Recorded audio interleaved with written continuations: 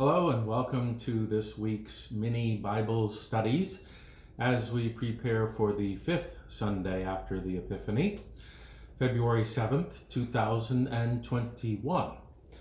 And today I would like to begin this week's studies with the Old Testament reading from the prophet Isaiah in the 40th chapter, verses 21 through 31.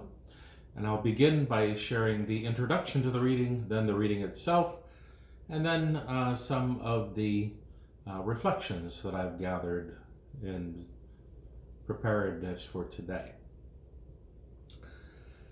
The Judeans in exile have a good reason to be hopeful. The one who will bring them to freedom is the God who created the world, the God who subdues the rulers of the earth and gives strength to those who are weary. Isaiah writes, "Have you not known? Have you not heard? Has it not been told you from the beginning? Have you not understood from the foundations of the earth? It is he who sits above the circle of the earth, and its inhabitants are like grasshoppers, who stretches out the heavens like a curtain and spreads them like a tent to live in, who brings princes to naught and makes the rulers of the earth as nothing. Scarcely are they planted, scarcely sown, scarcely has their stem taken root in the earth, when he blows upon them and they wither, and the tempest carries them off like stubble. To whom then will you compare me? Or who is my equal, says the Holy One? Lift up your eyes on high and see. Who created these? Who brings out their host and numbers them, calling them all by name? Because he is great in strength, mighty in power, not one is missing." Here ends the reading. Thanks be to God. Oh, it's not over yet. Surprise. We continue at verse 27. "Why do you say, O Jacob, and speak, O Israel, my way is hidden from the Lord, and my right is disregarded by my God? Have you not known? Have you not heard? The Lord is the everlasting God, the creator of the ends of the earth. He does not faint or grow weary. His understanding is unsearchable. He gives power to the faint and strengthens the powerless. Even youths will faint and be weary, and the young will fall exhausted. But those who wait for the Lord shall renew their strength. They shall mount up like wings like eagles. They shall run and not be weary. They shall walk and not faint." That ends the reading for today. Isn't it nice to know that everybody makes mistakes? And I'm so glad you give me a little bit of extra grace when I make mine. First one in 2021, what can I say? Just kidding. So, the people of Israel are in exile, have been for some time. Exile has left God's people in a land far from their own homeland, wondering silently, if not aloud, what happened to Yahweh? What happened to the covenant promises? At their very core, the people felt the silence of God,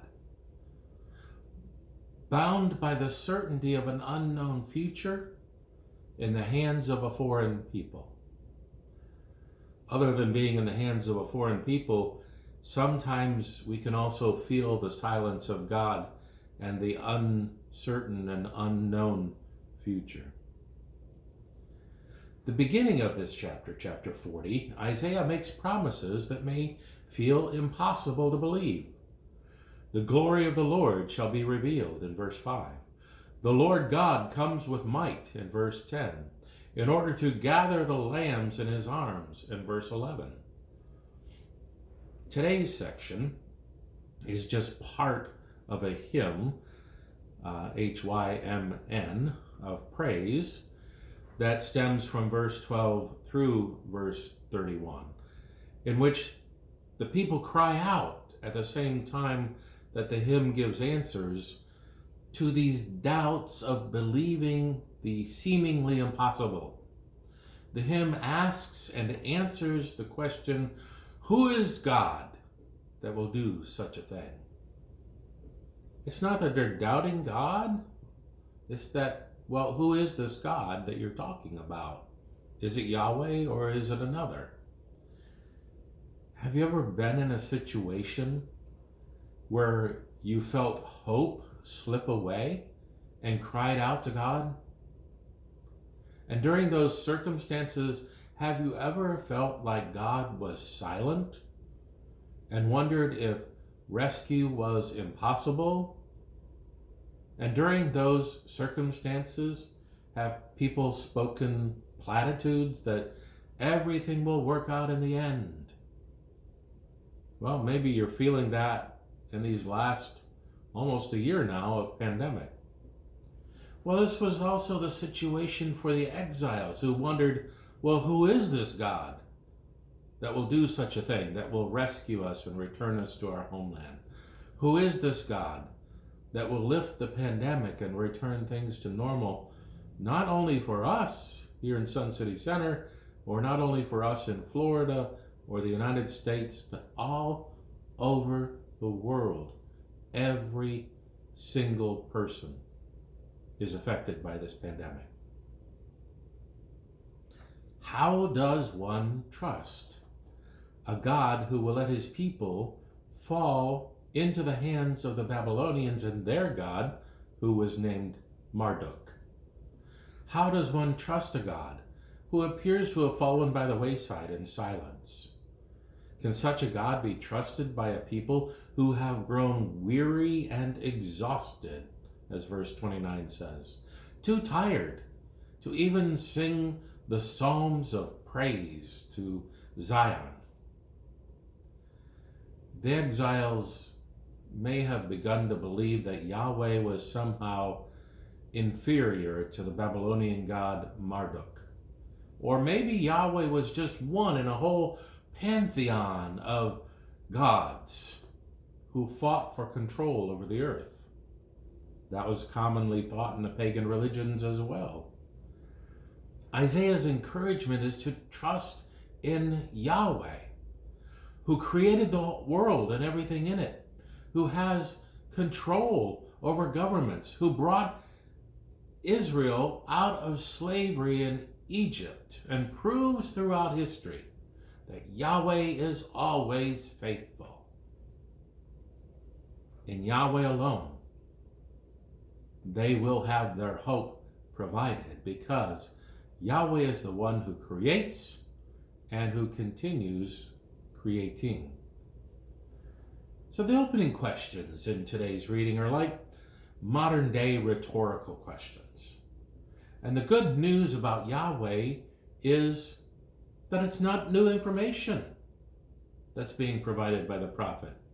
Like a good prophet, he draws the people back to the confessions that stand as part of their identity, the chosen ones of God, of Yahweh.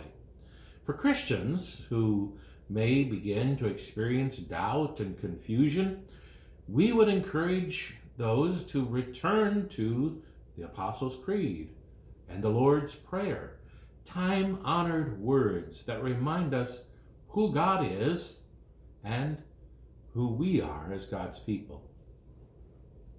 The final rhetorical question is actually the climax in a short series of staccato lines. Who? Surely you know, surely you have heard, surely it has been told you, surely you understand the foundations of the earth. You understand creation. And if you understand the foundations of the earth, creation, how can you believe in the possibility of any other God at work in our world? In the final verses, 27 through 31, the poet, the one writing the hymn, quotes a lamenting people, asking, "Why do you say my way is hidden from the Lord, and my right is disregarded by God?" The weary and the exhausted are those who have felt abandoned by their God, and their circumstances really do little to dismiss that thought, those doubts. So the poet here, the hymn writer, does not deny their weariness. Instead, he suggests that such weariness does not deny God.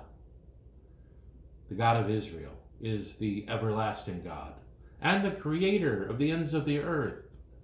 This God, Yahweh, is the one who created and continues to create, the one who brought nations into existence and remains in control over world governments.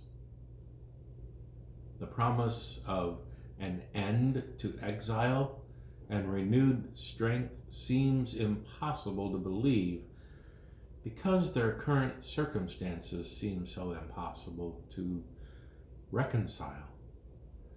What seems irreconcilable is not, because of the identity of the one, Yahweh, in whom they confess.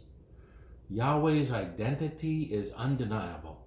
Yahweh is the creator who recreates, shapes, and reshapes the world and all of us who live in it. Thank you for joining me today as we begin this new week of mini Bible studies, looking at the readings for Sunday, the 5th Sunday after the Epiphany, February 7th, 2021. I hope you're having a great day. Take care. God bless.